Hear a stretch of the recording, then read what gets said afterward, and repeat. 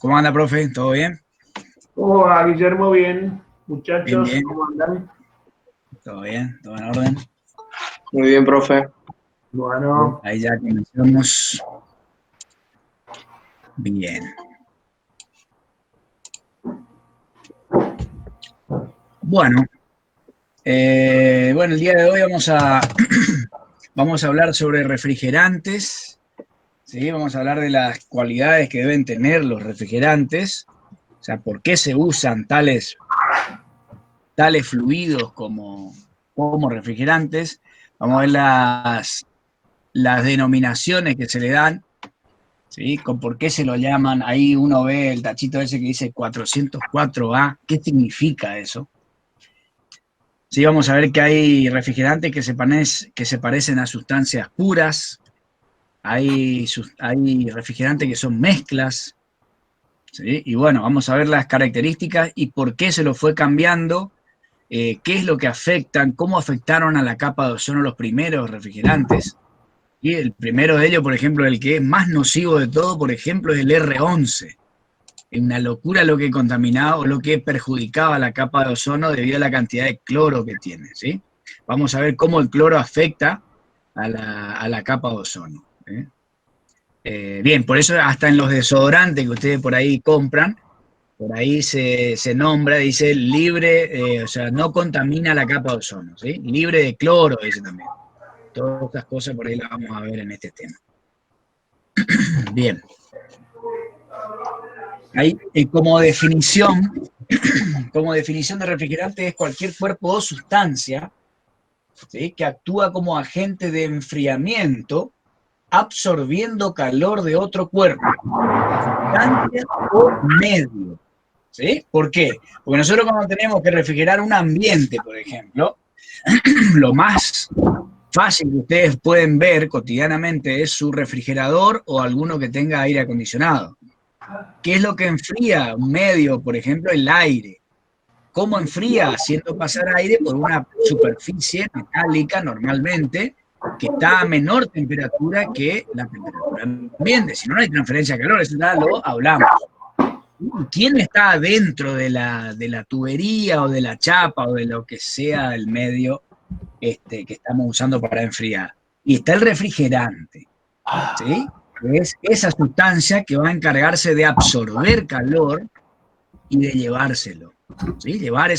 Cargarse de energía y llevarla para ser tirada al ambiente, ¿sí? De esa manera, sí, es como tienen que visualizar el uso de refrigerante. Por eso ustedes pueden imaginarse que de acuerdo a las circunstancias no podemos usar cualquier sustancia como refrigerante. Tiene que tener cualidades especiales, que ya la vamos a ver enseguida.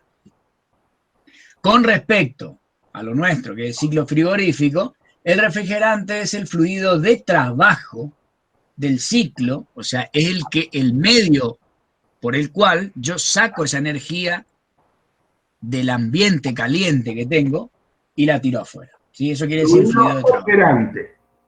Sí, exactamente. ¿Está? Del ciclo, el cual alternativamente se vaporiza y condensa, vaporiza y condensa, vaporiza y condensa. Eso es lo que vimos ya en ciclos. Absorbiendo y cediendo calor. Cuando él se vaporiza, absorbe calor y cuando se condensa, lo pierde, o sea, lo tira hacia el ambiente, ¿sí? O sea, que él es el medio, el fluido de trabajo, el cual hace ese ciclado, ¿sí? Para que un refrigerante sea apropiado y se pueda usar en un ciclo frigorífico, debe poseer propiedades físicas, químicas y termodinámicas que lo hagan seguro durante su uso. Imagínense un fluido refrigerante que se degrada con el tiempo, uno a los 6 meses de la era tiene que cambiar de refrigerante pues no sirve más. Es para que ustedes tengan una idea. Y sin embargo hay fluidos refrigerantes que hace 30 años que están, 40 años que están funcionando y nunca se cambiaron. Y siguen funcionando perfectamente. O sea que esas son las cualidades físico-químicas, termodinámicas que deben tener los refrigerantes. No existe ningún refrigerante ideal. ¿Qué quiere decir? Que sea adaptable a cualquier circunstancia, ¿sí? A todas las aplicaciones. Hay refrigerantes que se adaptan, como decía el profe en la clase pasada ya, hay refrigerantes que se adaptan mejor a muy baja temperatura y hay otros que son por ahí más usados en temperaturas medias, que son cerca de 0 grados centígrados, y en refrigeración alta temperatura se habla cuando estamos hablando de 5, 10 grados centígrados. ¿Sí? Temperaturas medias son 0 grados, más 1, más 2, más 5, menos 5, y baja temperatura son de menos 5 para abajo. Depende, hay clasificaciones para eso. ¿Sí? Entonces, cada fluido refrigerante usado va a tener su mejor rango de aplicación. Entonces, un refrigerante se aproximará a lo ideal solo en tanto sus propiedades satisfagan las condiciones. Quiere decir eso. ¿Sí? Se comporta de mejor manera en tales condiciones, a tal presión, a tal temperatura, se acerca más a lo que es ideal. ¿Sí? Bueno, ¿cuáles son sus propiedades? Vamos a ver las propiedades físicas, químicas, termodinámicas en este listado que les voy a dar acá. Por ejemplo, ¿sí? Para tener un uso apropiado, deben cumplir con esto. Baja temperatura de ebullición. Eso es una propiedad física. ¿Sí? Punto de ebullición por debajo, normalmente por debajo de la temperatura ambiente, a presión atmosférica. En el evaporador sería. O sea que a presiones cercanas, quiere decir esto, cercanas a la atmosférica, un poco por encima siempre, debe tener baja temperatura de ebullición. Depende de la aplicación, porque una cosa es decir, a un bar de presión relativa, ¿sí? Que tenga menos 10 grados centígrados de temperatura de ebullición, o menos 20, o menos 5, va a depender del fluido refrigerante. ¿Sí? Esa cualidad va a depender pura y exclusivamente del tipo de refrigerante que estamos usando. Otra propiedad, fácilmente manejable en estado líquido, que no sea peligroso, ¿sí? Que se pueda manejar en un recipiente, ya sea para cuando se tenga que realizar la carga, su transporte, ¿sí? Que esté a cierta presión, que se lo pueda mantener en estado líquido, para su manejo, ¿sí? Para su concentración, que en estado líquido va a ser ya el líquido condensado, sería, en mejores condiciones para transporte y manejo. Alto calor latente, bueno, esta también es una propiedad física. Alto calor latente de vaporización, eso es una propiedad termodinámica. ¿Sí? ¿Qué quiere decir? Porque tiene que ver con la parte que absorbe energía y con la que cede. Siempre que sea intercambio energético, estamos hablando de la parte termodinámica. ¿Qué quiere decir alto calor latente de vaporización? Que él absorba mucha cantidad de calor para evaporarse. Hablando de una unidad, por ejemplo, 1 kilo de refrigerante. ¿Qué quiere decir? Que ese kilo de refrigerante absorba, cuanto más cantidad de calor absorba para hacer ebullición de ese kilo, más calor latente de vaporización tengo. O sea, más alto es el calor latente de vaporización. O sea, me sirve más como refrigerante. ¿Por qué? Porque yo voy a necesitar, a medida que más grande sea el calor latente, voy a necesitar menos refrigerante para que absorba energía, ¿sí? Para hacer ebullición de ese kilo de refrigerante. ¿Se entiende, chicos? Sí, profe. Bien. ¿Qué quiere decir en el gráfico esto? Esa panza, ¿se acuerdan del gráfico, del diagrama ahí de... voy a ver, ahí voy a abrir el apunte anterior para comparar. En este yo no tengo ninguno de... en el de ciclos, el de ciclo de refrigeración, acá, donde tenemos al último que habíamos visto, la comparación entre los distintos ciclos. Fíjense acá lo que es el R717. ¿Se dan cuenta? Este tiene alto, más allá de las desventajas, que ahora la vamos a ver más precisamente. Fíjense, este ancho acá, ¿sí? Quiere decir alto HFG, que ya lo habíamos visto en tratamiento de vapor. Este alto HFG, ese es el calor latente de vaporización. ¿Ah? Antes lo veíamos en caldera hacia allá, acá arriba, pero ahora lo vemos hacia allá, abajo. Quiere decir que él está absorbiendo calor. La línea es la misma que la que veíamos en caldera, lo único que acá está yendo inclusive de izquierda a derecha, pero a baja temperatura. ¿sí? Eso quiere decir, esta línea que va de acá para allá, esta energía acá, que si nosotros buscamos la tabla, aparece como HFG, quiere decir que es el calor latente de vaporización, fluido, o sea, líquido gas, quiere decir, ¿sí? Esa es la cantidad de energía que tiene que absorber 1 kilo de refrigerante, ¿sí? Por eso está dado por kilo. Estos son todos los kilojoules que absorbe 1 kilo de refrigerante para hacer ebullición y evaporarse completamente ese kilo.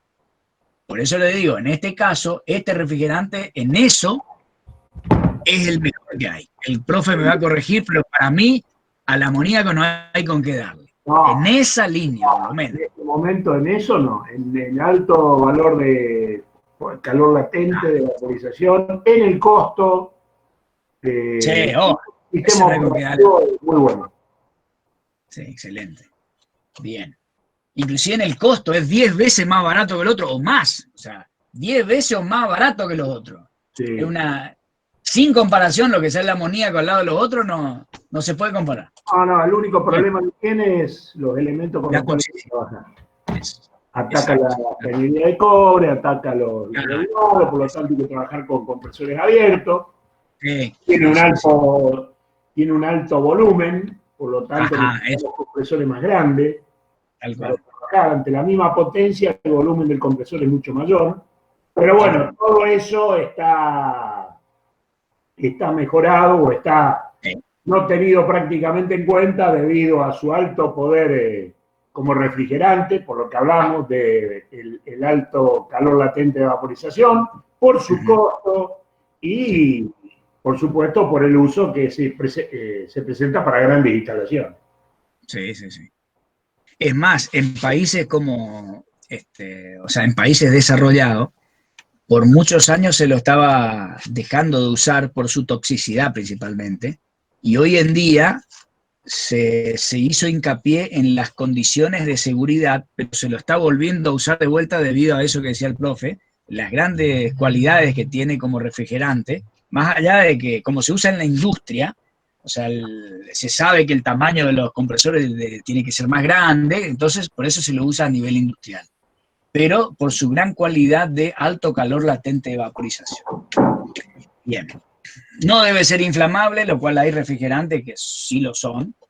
Explosivo, ¿sí? Tóxico, no deben ser tóxicos, que es el principal motivo por el cual no se usa en refrigeradores domésticos el amoníaco, porque el amoníaco es tóxico. Profe. Deben ser químicamente estables, sí.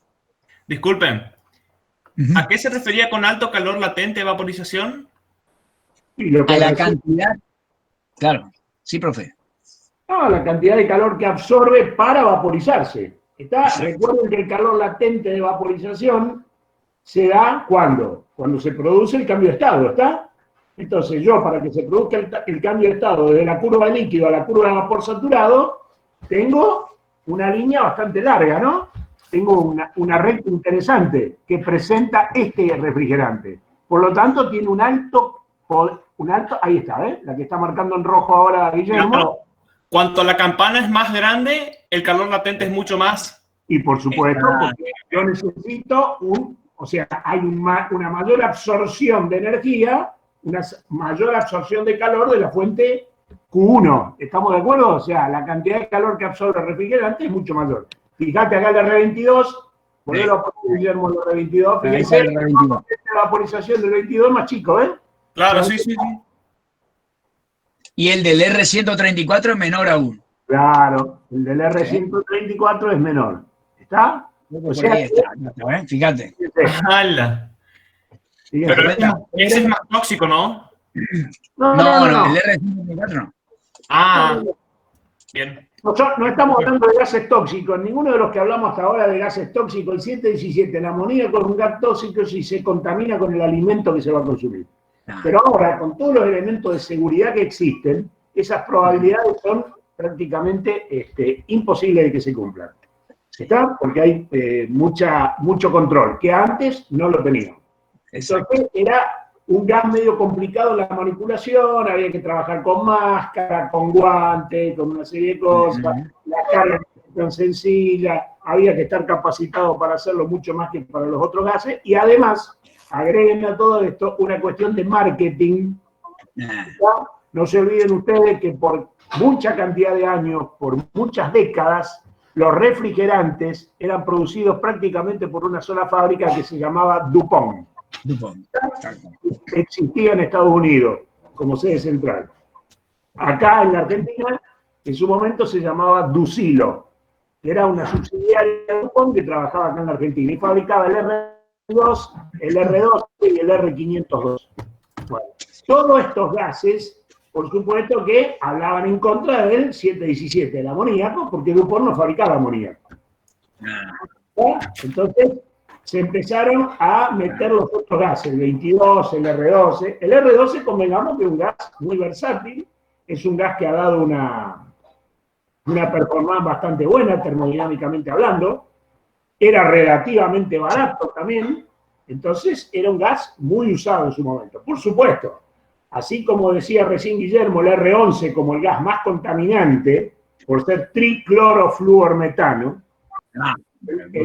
el R12 era diclorofluormetano, el R22 monoclorofluormetano, o sea, todos estos gases con componente de cloro pasan a ser hoy mala palabra. ¿Está? Sí, tal cual. Y el 502, que era una mezcla azeotrópica de dos gases.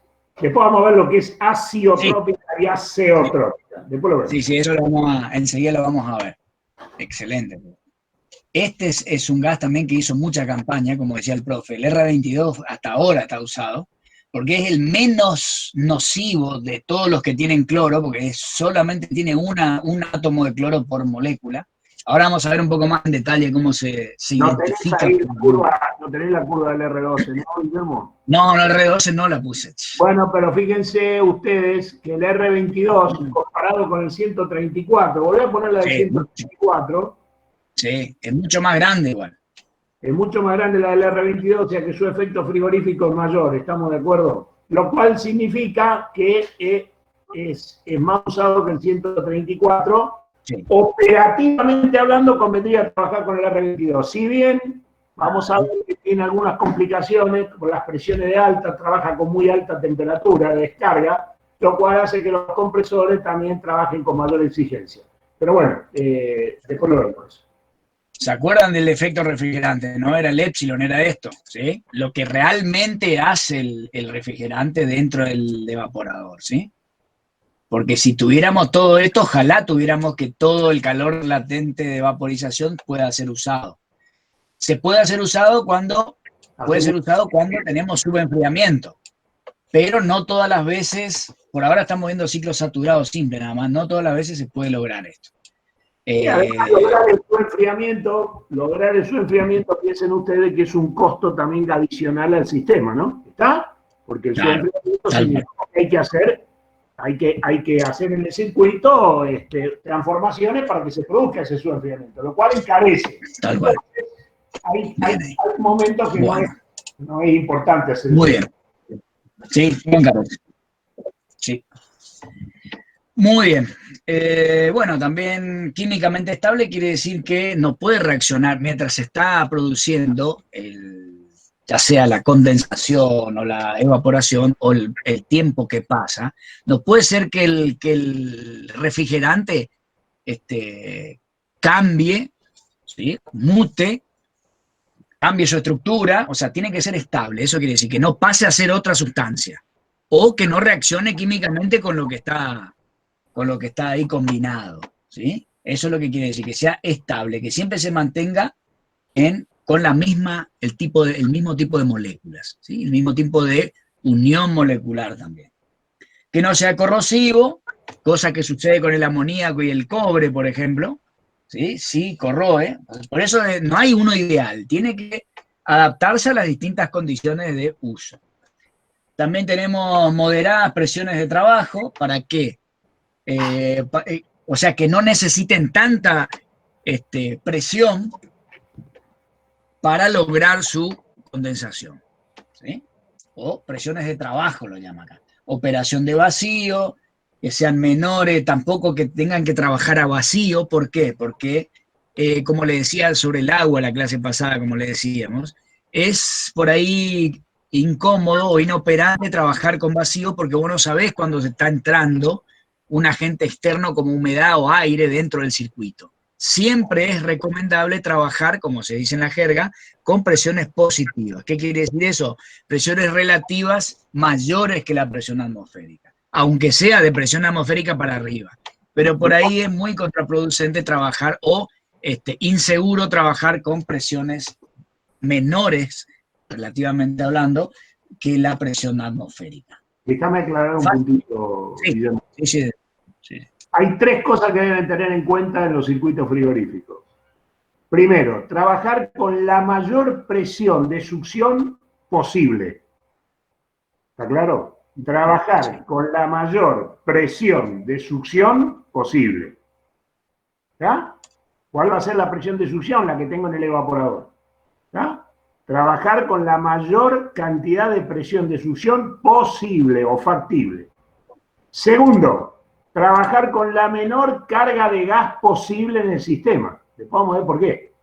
O sea, ¿qué quiere decir esto? Que haya la menor cantidad de kilos de gas que circulen en el sistema. Y tercero, trabajar con la menor presión de descarga posible.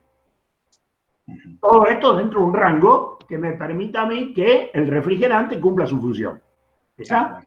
Dentro de ese rango, que se den esas 3 condiciones es lo ideal en un sistema frigorífico. Sigamos. Bien. Bueno, después tenemos bajo costo, por supuesto. Acá otras más me faltaron. Inocuo para aceite lubricante, quiere decir que no se combine químicamente con los aceites lubricantes, los cuales tiene el compresor. Bueno, la función de un aceite lubricante no es solo lubricante, sino también es un poco refrigerante para cualquier máquina térmica, ya sea un motor o un compresor, ¿sí? Que no se combine con el refrigerante mientras están trabajando juntos. No se olviden que el refrigerante pasa por entre medio del compresor, ¿sí? Y tiene contacto con el fluido lubricante, en muchos casos. Bajo punto de congelación, ¿sí? Sería muy incómodo que el refrigerante esté cerca de su punto de congelación cuando está trabajando, que yo tenga que cuidarme que no se congele. Entonces, eso es lo ideal, es que su congelación lejos del punto de trabajo, de la temperatura del punto de trabajo, ya sea en evaporación o en alta temperatura crítica, en evaporación principalmente.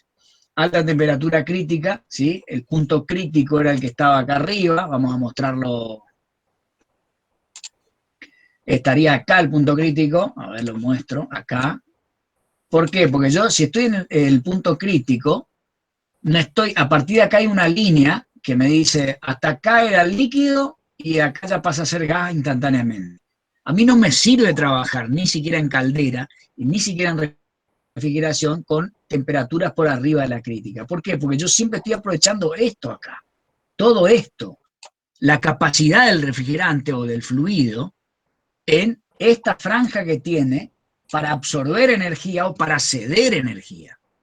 Principalmente para absorber energía, que es cuando yo cargaba al agua o al vapor de energía, o en este caso, cuando uso toda esta franja, esa cantidad que yo le estoy acumulando de energía, mediante la evaporación del refrigerante, que me permite hacer ese cambio, ese enfriamiento, ¿sí? Y esa absorción por parte del refrigerante mientras se está cambiando su estado.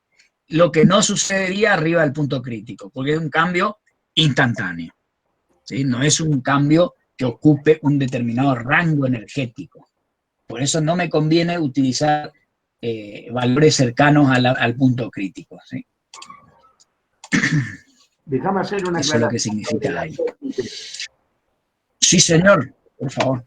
Cuando hablamos de los aceites lubricantes, ustedes tienen que pensar que el compresor, cuando funciona como una bomba. Quiere decir que hay parte del aceite que se va junto con, cuando comprime el refrigerante y lo manda al condensador, parte de ese aceite se va junto con el refrigerante. ¿Qué significa eso? Que ese aceite tiene que volver. ¿A dónde tiene que volver? Al cárter del compresor. Si no, el compresor, después de un cierto tiempo de funcionamiento, se queda sin aceite. Si se queda sin aceite, no vale la pena que sigamos hablando, claro. El compresor se funde. ¿Estamos de acuerdo? Bien. Entonces yo necesito que el aceite sea miscible con el refrigerante, significa que se mezcle con el refrigerante para que cuando se va, también el refrigerante ayude a traerlo al cárter del compresor. ¿Estamos? Eso es muy importante. Por eso no cualquier aceite sirve para cualquier gas. Hay gases que necesitan un tipo de aceite determinado y no se pueden usar con otro aceite. ¿Por qué? Porque no hay miscibilidad del aceite. Significa que el compresor, el aceite sí o sí lo va a expulsar al condensador por la compresión que hace, pero después el refrigerante no lo va a traer al cárter del compresor, lo cual ya es un problema. La otra cosa que quería darle recién, fíjense qué pasa cuando hablamos del punto crítico. Ahí en el punto crítico, ¿qué pasa si yo me acerco al punto crítico? La condensación va a ser sumamente desastrosa. ¿Estamos de acuerdo? Porque no tengo prácticamente rango de condensación en el punto crítico. Voy a estar trabajando con gas directamente. Entonces, no tengo líquido en el condensador, lo cual significa que a la válvula de expansión no le va a llegar líquido. Por lo tanto, no voy a poder trabajar. Quiere decir, todos los gases refrigerantes tienen un punto crítico, que el fabricante me dice, a tantos grados de temperatura está el punto crítico del refrigerante. Yo tengo que tratar de trabajar lo más bajo posible, por eso una de las condiciones de refrigeración que le hablaba recién, tercer punto. Trabajar con la presión de descarga lo más alejada del punto crítico. Tal cual. Tengo una consulta, profes. ¿Cómo es el funcionamiento de ¿cómo se llama? Lo que estrangula, como lo dijo el profe recién, se me fue la palabra de la boca. La válvula de expansión. Eso, la válvula de expansión. ¿Cómo trabaja? ¿Es un evaporizador? Porque, o sea, a lo que voy es como lo que se ocupa para qué sé yo, lo que ocupa los peluqueros para mojarte el pelo, algo así, o es decir, evaporiza. Es una restricción, es un agujerito de un diámetro muy pequeño, por el cual llega el líquido, o sea, fluido en estado líquido, y comunica con la parte de baja presión. ¿Qué significa eso? Vos la válvula de expansión la pones, o sea, la representás con esta línea isentálpica, ¿sí? Acá está el compresor y condensación, ¿sí? Acá en esta parte vos lo que dejás es despresurizás ese líquido y resulta ser que cuando pasas por esa restricción, al bajar la presión, está en esta condición donde empieza a hacer ebullición instantáneamente. Por ahora, sí, profe. Que es un paso calibrado, después vamos a ver bien el funcionamiento. Es un paso calibrado, no obliga que pase por ahí. Por lo tanto, se expande. ¿Por qué? Porque genera un delta P. Está una variación de presión importante. Estamos. Puede haber una válvula, un cañito capilar, hace la misma función. Podemos ver distintos tipos de válvulas, cómo se seleccionan de catálogo. Sí. Claro, porque pensé que capaz evaporizar con un vaporizador de pelo, por así decirlo. Moderado volumen. Y no, ese es un atomizador. Ponerle que como el pico sería, como el pico donde vos generás una cierta presión cuando vos lo inflás, entonces el fluido cuando pasa por ese pico sale con una cierta velocidad por ese delta P. Es lo que hablábamos en la hidrolavadora el otro día. Claro. ¿Sí? Cuando vos tenés un recinto con una presión elevada, y vos le haces acá con una valvulita, ¿sí? Vos cuando abrís la válvula, esto sale con cierta velocidad, o sea, con presión dinámica, que es lo que hablábamos el otro día. Esa presión dinámica, H dinámica, es debido a la diferencia de presión que vos estableciste con la presión atmosférica. ¿Sí? Acá en este caso, esto es una explicación muy simple. Lo que nosotros tenemos en la parte de estos ciclos es, como decía el profe recién, un alto delta P debido a que vos acá generaste una presión alta y tenés en el evaporador una presión baja, en general. ¿Sí? Después poner la máquina, todos los... se cumple y se logra el ciclo. Vos acá vas hacia abajo.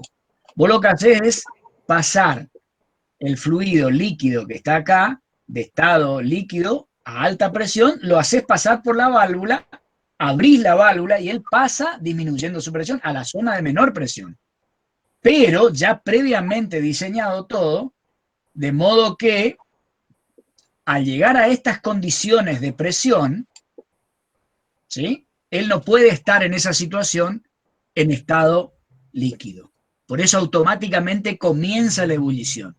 Porque las condiciones a las cuales vos lo largaste con la válvula de expansión, él no puede estar en estado líquido. Es como que vos tenga la olla rojo, suponete que vos calentaste solo la olla y vos le tiraste 3 gotitas de agua y querés que queden en estado líquido. La gota de agua toca y automáticamente se evapora, porque en esas condiciones ella no puede estar en estado líquido. Claro. ¿Te das cuenta? Por la temperatura a la cual vos lo impusiste. Lo mismo sucede acá. Ese fluido cuando baja, cuando abre la válvula, no puede estar en esa situación en estado líquido. Y ahí empieza a hacer las burbujas, a ebullir como agua cuando está hirviendo. Y ahí, ¿de dónde saca energía para seguir su ebullición? Y alrededor de ella, que es el serpentín del evaporador. ¿Está? Profe, entonces la válvula está para... Cuesta mucho tiempo asimilar de que el fluido refrigerante está en ebullición a menos 10, menos 20, menos 30 grados centígrados. A todos nos costó mucho en su momento entender, porque para nosotros lo único que vemos y podemos imaginar que hierve el agua a 100 grados centígrados a presión atmosférica. ¿Sí? Y encima al común de la gente o al que se dice técnico y no tiene ni idea de esto, no le diga que el agua hierve a otra temperatura, a otra presión, porque queda loco. Ni eso entiende. El agua, vos podés hervir el agua. Claro, vos podés hacer hervir el agua a 20 grados centígrados, el tipo te va a mirar y decir, este está loco, porque no entiende. Por eso es que nosotros le damos toda la parte termodinámica para que ustedes entiendan que vos podés hacer hervir o condensar un gas o hervir un líquido a la presión y temperatura que vos manejás. Por eso tampoco puede ser inclusive cualquier fluido puede servir. ¿Sí? Pero a nosotros el agua no nos sirve porque nos daría problema el vacío que tenemos que generar para que el agua esté hirviendo a 0 grados centígrados, por ejemplo. ¿Sí? O a 5 grados centígrados.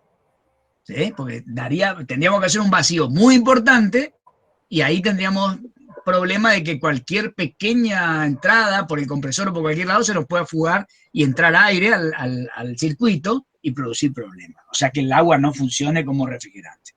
¿Sí? El agua funciona como refrigerante, pero a temperaturas mayores de 0 grados. ¿Sí? Por eso se lo usa como refrigerante secundario. Ya lo vamos a ver a eso después más adelante, ¿sí? Bien. A ver, vamos a seguir con las cualidades, así pasamos a la denominación. Bueno, alta, moderado, claro, moderado volumen específico. O sea, eso es lo que tiene en contra el amoníaco. Que él cuando pasa espectacular el calor latente de vaporización, pero él pasa de líquido a gas, ocupa un volumen mucho más grande que los otros refrigerantes. Eso significa. O sea que la burbuja de amoníaco, cuando se gesta, cuando se genera, es mucho más grande que la burbuja de un 134, por ejemplo. Eso significa. Ese quiere decir moderado volumen específico de vapor. Que cuando vos generás el vapor, esa molécula de amoníaco ocupa mucho más espacio a esa presión que la que ocuparía un R22 o un R134. Eso significa moderado volumen específico, que es lo que nosotros pretendemos. Y por eso decía el profe antes que para el amoníaco se necesitan compresores más grandes. ¿Por qué? Porque cuando yo lo paso a estado gaseoso, el volumen que ocupa, yo necesito un cilindro de compresor mucho más grande. Porque él, en estado gaseoso, ocupa mucho más volumen que otros refrigerantes. Pero le vuelvo a repetir, como dijimos antes, no hay refrigerantes perfectos totalmente para todas las condiciones. ¿Sí? Bien. Bajo costo, bueno, eso es lo que pretendemos en todas las cosas que sea de bajo costo, ¿sí? Hasta en los combustibles de los vehículos queremos que sean de bajo costo. Bien. Seguridad. Acá hay 3 grupos, ¿sí? Donde se clasifican desde el punto de vista de la seguridad que deben ofrecer. Acá tenemos los refrigerantes del grupo 1, que son los que de toxicidad e inflamabilidad despreciables, R11, R113, R114, se emplean en compresores centrífugos. Bueno, se empleaban, puse acá, ¿sí? Porque ya son obsoletos esto debido al perjuicio de la capa de ozono que ocasiona. Después tenemos el R12, 500, 502, que son estos 500 y 502 son mezclas, y se usan normalmente en compresores alternativos y en los centrífugos a elevada capacidad. de elevada capacidad. Bien, estos son los que no son tóxicos ni inflamables. Después tenemos lo del grupo 2, que tóxicos cuidado, o inflamables. Son inflamables, pero cuidado que son, producen problemas en la capa de ozono. ¿Estamos de acuerdo? Tanto el 2, el 22, el 502, son el 11, ni hablar. Tal cual. Claro, estos están clasificados solamente en inflamabilidad y toxicidad. Los otros sí, o sea, estos también, por eso fueron sacados, porque son perjudiciales para la capa de ozono. Después, lo que son tóxicos o inflamables, o alguna de las dos también, tenemos el amoníaco, que es tóxico, no es inflamable, pero sí es tóxico, ¿sí? Cloruro de metilo, estos ya son gases que no se usan más. El amoníaco todavía se usa en cierto grado. Bien. Y los del grupo 3, ¿sí? Que son los que tienen las dos cualidades, que son tóxicos y que son inflamables, y justamente estos son, en gran parte de estos se usan hoy en día, pero bueno, no perjudican al ambiente. Eso es lo que también se prioriza hoy en día, ¿sí? Que son muy inflamables y explosivos, ¿sí? O sea que si yo tengo en una heladera en mi casa un R600, que es uno de estos que está acá, es lo mismo que tener una garrafa al lado, y sí, es lo mismo. ¿Qué va a hacer? Bueno, hoy en día por ahí se priorizan otras cuestiones y hay que saber... Lo que pasa es que la cantidad de fluido operante en el circuito, en el caso de los gases de los gases de tipo 600, es muy poca, o sea, son más o menos 120 gramos, 120 centímetros cúbicos. Claro. Sí. Claro, se juega con eso que dice el profe y se juega con que siempre el refrigerador doméstico está en un ambiente libre, entonces, bueno, o sea, al esparcirse por el ambiente no genera un poder explosivo como el que produciría una garrafa, por ejemplo, que tiene mucha mayor cantidad de refrigerante. De todos modos, cuando vayan a cargar refrigerante de este tipo, el tipo 600, traten de no ir con el soplete, como han hecho algunos. ¿Estamos de acuerdo? Está bien. Bien. Ahora la clasificación que se utiliza, ¿sí? Ahora viene antes eran cuestiones de seguridad, ahora clasificación. Se dividen en orgánicos e inorgánicos, ¿sí? Entre los orgánicos tenemos los que tienen hidrocarburos y derivados oxigenados, nitrogenados, halogenados, ¿sí? ¿Qué se llama halogenados? Son los que tienen en su composición bromo, cloro, flúor, ¿sí? Entonces tenemos dentro de ellos los famosos CFC, los HCFC y los HFC. Estos son los últimos usados porque no tienen cloro. El cloro lo que perjudica en gran cantidad, es lo que más perjudica a la capa de ozono. Esto, el CFC se llama así porque es cloro, fluoro, carbonado. O sea que tiene cloro, flúor y carbono, derivados del metano que no contienen hidrógeno.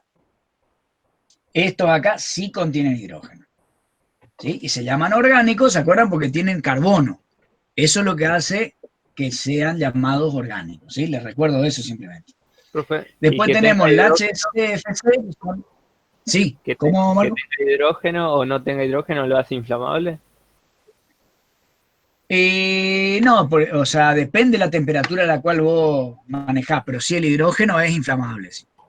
El hidrógeno es inflamable, hay que ver si está combinado con otro elemento, por ahí no lo es. La cantidad de hidrógeno que tiene el gas prácticamente lo hace que no sea inflamable. De precio. El HFC tiene que ser el R22, ¿está? Para que ustedes tengan una idea. El HFC es el R4 y el HFC es el R12, por ejemplo. Ajá. HCFC, como decía el profe, es hidro, que sí tiene hidrógeno, cloro, flúoro, carbonado. Tiene hidrógeno, ¿sí? Carbono, flúor y cloro. Estos son derivados del metano que contienen hidrógeno. Y después tenemos los HFC, hidrofluorocarbonados, que son sin átomos de cloro. Bien, según el reglamento, como no es completo llamarlo de esta manera con las siglas estas, ¿sí? Y tampoco es por ahí muy cómodo denominarlos con su, tampoco es completo denominarlos con su fórmula química nada más. Entonces se estableció un código para nombrarlos, ¿sí? En los cuales tenemos de la siguiente manera. Por empezar, siempre se antepone una letra R adelante, que quiere decir de refrigerante. Un guión y números, donde empezamos de atrás para adelante, ¿sí? La unidad indica la cantidad de flúor. Ojo, en los orgánicos, ¿sí? Después vamos a ver que lo inorgánico cambia alguna cosita. La unidad indica la cantidad de átomos de flúor. ¿Sí? No hace falta que esto se lo aprendan de memoria, sino que lo guarden como una tablita para verlo después. La decena, o sea, esta acá, indica la cantidad de átomos de hidrógeno que tiene la molécula más 1, más el número 1. Si tiene un átomo de de hidrógeno, yo pongo un 2 acá. Si no tiene ninguno, pongo 1 acá. ¿Sí? La centena indica la cantidad de átomos de carbono menos 1. Si no pongo nada, quiere decir que tiene un átomo de carbono. ¿Sí? Si pongo 1, quiere decir que tiene 2 átomos de carbono. Y la cantidad de cloro no posee, o sea, si posee o no, no se indica en este caso. Por ejemplo, ¿sí? Monocloro difluorometano. ¿Sí? Decime R22 nomás. ¿Sí? El R22 es este. Tiene carbono, hidrógeno, cloro y flúor. Tiene todos los muchachos. ¿Sí? En la centena, siguiendo lo que, perdón, en la unidad, y siguiendo la manera como le expliqué, de atrás para adelante. ¿Sí? Tiene 2 átomos de flúor. Entonces va el 2 acá. En la decena tiene un átomo de hidrógeno y le agrego un 1 por la fórmula y me queda 2. Como tiene un átomo de carbono, 1 menos 1, 0. Entonces de ahí sale el nombre R22. ¿Verdad? Ahora, algunos refrigerantes especiales que tienen la letra B, quiere decir que tienen bromo. El bromo también es perjudicial para el ambiente, ¿eh? Así que por eso hoy en día no se usan ya estos, pero por ahí si lo encuentran, es como para que por ahí lo tengan en cuenta. Es igual que lo otro, lo único que la letra B y el número de átomos de bromo que tiene esa molécula de refrigerante, ¿sí? Por ejemplo, el 13B1 significaría que tiene un átomo de bromo. Lo demás es todo lo mismo. Luego tenemos los refrigerantes que empiezan con la letra, con el número, o sea, 1000 y pico, con un número más acá, que el 1 significa compuestos no saturados. Lo que pasa es que además de esta formación que nosotros estamos explicando acá, tenemos que tratar de imaginarnos químicamente cómo están conformadas las moléculas. Por eso les estoy nombrando eso ahora. Cuando tenemos un hidrocarburo saturado, quiere decir que el carbono está enlazado con los otros átomos en una unión simple. Eso significa. En cambio, cuando el propio carbono está enlazado con él mismo, con una unión doble, se le dice insaturado o no saturado. ¿Sí? Quiere decir que la manera de unirse acá, ¿sí? Acá el 1 indica que hay en la molécula hay carbonos que están unidos entre los mismos átomos de carbono con uniones dobles. ¿Sí? Eso le da ciertas propiedades, por supuesto, al refrigerante, pero con este número yo estoy sabiendo que tiene esa cualidad el refrigerante. ¿Sí? Tiene que mirar un poquito química también, ¿sí? Bueno, acá la letra A, B, C significa isómeros. Yo acá le agregué lo que es isómero. Son moléculas que tienen la misma fórmula molecular, pero diferente estructura. Por eso le dije recién, no es solo que tenga la misma fórmula química, sino que variarán sus propiedades de acuerdo a cómo estén unidas o unidos los átomos formando esa molécula. Si bien las cantidades de los compuestos o de los elementos pueden ser las mismas, inclusive la fórmula química se escribe de la misma manera, pero hay que ver su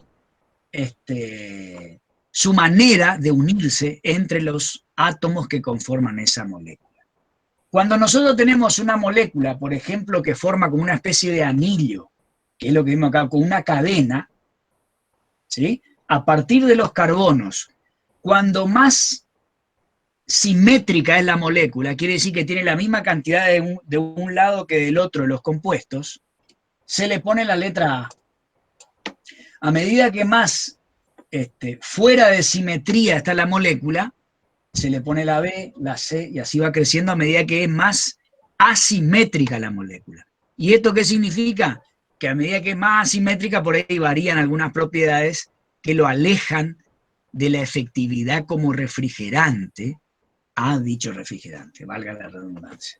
Entonces, por eso es muy conocido el 134A, porque quizás, eso no lo conozco, quizás el 134B no tiene buenas cualidades como el A debido a esa asimetría que tiene la molécula de un lado y del otro de la conformación de los elementos. Hay uno de los gases utilizados que reemplaza al R12, que se llama R401, y en ese caso existe el 401A y el 401B en uso comercial, digamos. Hoy está desapareciendo el 401B justamente porque es más ineficaz. Sí. El 401A sigue, que de acuerdo a la comercialización pasa a llamarse MP39, MO49, etc.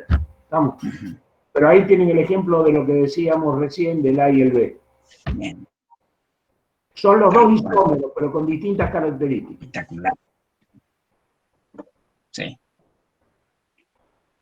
Bien, acá empezamos, vemos lo que comentamos.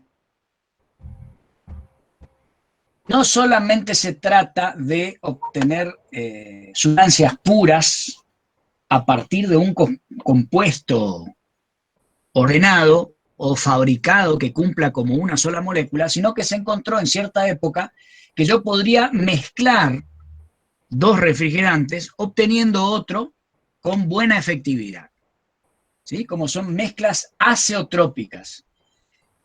Las mezclas azeotrópicas funcionan como sustancias puras. O sea que como siempre hablamos de sustancia pura, no conocemos otra. A ver, perdón.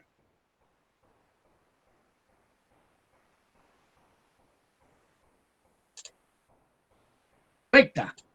Cuando se evapora, nosotros acá vemos una línea recta. Quiere decir que su temperatura, ¿cómo es? ¿Cómo es la temperatura? Mientras se está condensando o evaporando, cambiando de fase. Constante. Es la misma, se mantiene constante. ¿Sí? Eso es lo que hace que la sustancia sea llamada sustancia pura. Estas mezclas, ¿sí?, resultaron económicas y viables por sus efectos de contaminación. Uno de los motivos por los cuales se empezaron a mezclar algunos de los refrigerantes. Por ejemplo, el 502 resulta de la mezcla de 48,8% de R22 más 51,2% de R115. ¿Sí? Pero sigue funcionando como una sustancia pura. Profe, pero ¿por qué le hago tanta aclaración? Porque ahora vamos a ver que hay otra mezcla. ¿Cómo? ¿Hierven a la misma temperatura los dos gases? Exacto, se comportan, lo único que tiene que son mezclas. Es una mezcla que se comporta como si fuera un gas puro. O sea, yo puedo cargar R502 en un sistema y es lo mismo que si cargara R22. Permítanme usar lo mismo en el sentido de pureza, nada más. En todo lo otro es distinto. Como características termodinámicas no es lo mismo, pero fíjense, tiene componente R22 y tiene componente R115. Esta mezcla azeotrópica quiere decir que el fluido operante en estado líquido, en estado gaseoso, no se separa. ¿Correcto? No se separa. Su presión de saturación se comporta como un gas puro o como un fluido puro. Exacto. Sería un diagrama similar a este que está acá. ¿Sí? Ahora, en las mezclas zeotrópicas, nosotros tenemos una sustancia que no es pura. ¿Sí? ¿Qué quiere decir? Que tiene lo que se denomina glide. o deslizamiento. ¿Sí? Lo voy a explicar más fácilmente con este gráfico. Esta es la misma gráfica que vimos para la anterior, pero en este caso, fíjense. Yo si trazo una línea horizontal, toco una temperatura y toco otra temperatura. Quiere decir que en su evaporación la presión se mantiene constante, porque es todo el circuito del evaporador, o sea, la presión sí se mantiene constante, teóricamente adentro de todo el evaporador. Pero ¿qué sucede? Empieza una temperatura y termina otra. Eso es lo que tienen las mezclas zeotrópicas, ¿sí? Que no se comportan como sustancias. De la presión de saturación de uno de los componentes. Esta dificultad. Exacto. Son diferentes presiones de saturación, lo que hace imposible recarga por parte cuando yo pierdo algo de este refrigerante. Lamentablemente es algo económico, pero lo que tiene es que cuando se pierde algo de la carga, yo tengo que cargar nuevamente todo, porque yo no puedo ver qué porcentaje perdí, ¿sí? Porque se evaporó más de uno que de otro, porque los dos tienen propiedades diferentes, tienen puntos de saturación diferentes. Entonces sí o sí me veo obligado a que cuando voy a recargar, no lo puedo hacer directamente con uno de los dos gases, sino que tengo, o con la mezcla de los dos gases, los porcentajes no se van a mantener porque seguramente que perdió más de uno que de otro. ¿Sí? Eso es lo que tiene de desventaja las mezclas zeotrópicas. Son muy usadas porque son refrigerantes económicos, ¿sí? Y son llamados dentro de la línea de los 400, ¿sí? No solo el tema. Sí, profe, ¿iba a decir algo? No solo el tema de las pérdidas de gas me complica en este caso, sino los sistemas de procesos de carga del fluido refrigerante, también lo tengo que cargar de una forma determinada. ¿Cómo es eso? Lo tengo que cargar en estado líquido, para que mantenga el equilibrio de la mezcla. ¿Estamos de acuerdo? Si lo cargo en estado gaseoso, lo que estábamos hablando, hay un gas que va a salir de la garrafa, un componente que forma la mezcla zeotrópica, se va a liberar antes que el otro. Por lo tanto, si yo lo cargo en estado gaseoso, ¿qué es lo que va a pasar? Voy a meter dentro del circuito frigorífico un componente, por ejemplo, el B o el C, más que el A o el B. ¿Estamos de acuerdo? Entonces, cuando pongo el sistema en funcionamiento, lo que está ahí adentro no es la mezcla zeotrópica que yo quise poner. Por ejemplo, R404. Si yo el R404 lo cargo en estado gaseoso, con la garrafa puesta en vertical, como corresponde, pero en estado de gas, de fluido en estado gaseoso, ¿qué es lo que va a pasar? Adentro del circuito va a entrar un componente más que el otro. Ese gas que está dentro del circuito, o ese fluido, perdón, el que está dentro del circuito, no va a ser más el R404 que yo tenía dentro de la garrafa. Ni el que quedó dentro de la garrafa va a seguir siendo el R404 que yo compré. Porque lo que hice fue liberar un componente por su presión de saturación distinto más que el otro. Entonces, ¿qué tengo que hacer en este caso? Cuando cargo, tengo que cargar con garrafa invertida. Tengo que cargar en estado líquido. ¿Está? Para asegurarme de que no voy a tener el problema de desequilibrio de la mezcla. Espectacular. No confundan eso con el glide, ¿eh? No confundan eso con el glide. El glide se da siempre. ¿Correcto? Siempre se da glide. Con la misma propiedad diferente. Sí. Se da siempre. Pero si yo mantengo la proporción como corresponde, no pasa nada. No pasa nada. Y si el equipo funciona perfectamente, no tiene fuga, así que no. Hay muchos equipos chinos que traen este tipo de gas, el 404, 407. Fíjense, acá tengo el ejemplo de 407, los porcentajes, por ejemplo. ¿Sí? 134A, 125, y cada uno con su porcentaje. ¿Sí? Y esto no tiene una correlación del número con los porcentajes, es por orden de aparición nada más, eso le quería comentar que me había olvidado. ¿Sí? A medida que van saliendo nuevos, le ponen el número que sigue, ¿sí? No tiene nada que ver el 404 con los porcentajes. Bien, ahora tenemos los hidrocarburos, si bien algunos ya no se usan más o no se usan, le damos igual los que hay. Los hidrocarburos directamente, no saturados, los alquenos y los alcanos saturados.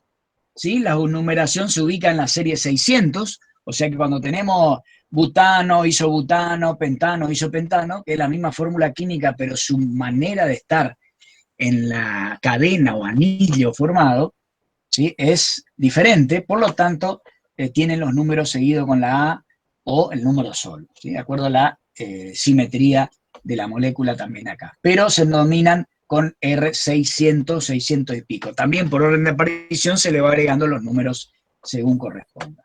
Después tenemos los oxigenados, en realidad son alcoholes esto. Siempre que ustedes ven, no sé si vamos a llegar a dar la parte de motores, si ustedes me hacen el aguante, seguimos con motores, después cuando terminemos este tema. Vamos a ver que cuando un hidrocarburo tiene oxígeno, es alcohol, ¿sí? En este caso, cuando tiene oxígeno, esto es un alcohol. Éter etílico, también, 610 es ese. Formiato de metilo, ¿sí? Son oxigenados, con la serie 610. Con la serie 620, derivados sulfurados, pero no se usan para otra cosa, no se usan como refrigerantes. Después tenemos los 630, que son derivados nitrogenados, que tampoco tienen tanto uso, ¿sí? Su numeración es la serie 630, metilamina, donde entra el nitrógeno, acá en este caso, y etilamina, donde esta sería la fórmula, 630 y 631. Y por último, que es lo último que vamos a ver un ratito más, nomás seguimos, después la próxima clase seguimos con la destrucción de la capa de ozono y las distintas denominaciones, hoy terminamos con esto, ¿sí? Y los inorgánicos, que acá entraría el 717, se denominan de la siguiente manera. El 7 significa el compuesto inorgánico. Por ejemplo, el agua sería un compuesto inorgánico, porque no tiene carbono, ¿sí? El 717 también, porque es NH3, la fórmula del amoníaco, ¿sí? Entonces, es el 7 y en la decena y unidad indica el peso molecular de la sustancia. Por ejemplo, 17 es el peso molecular del amoníaco. ¿Cómo sería el número de refrigerante del agua?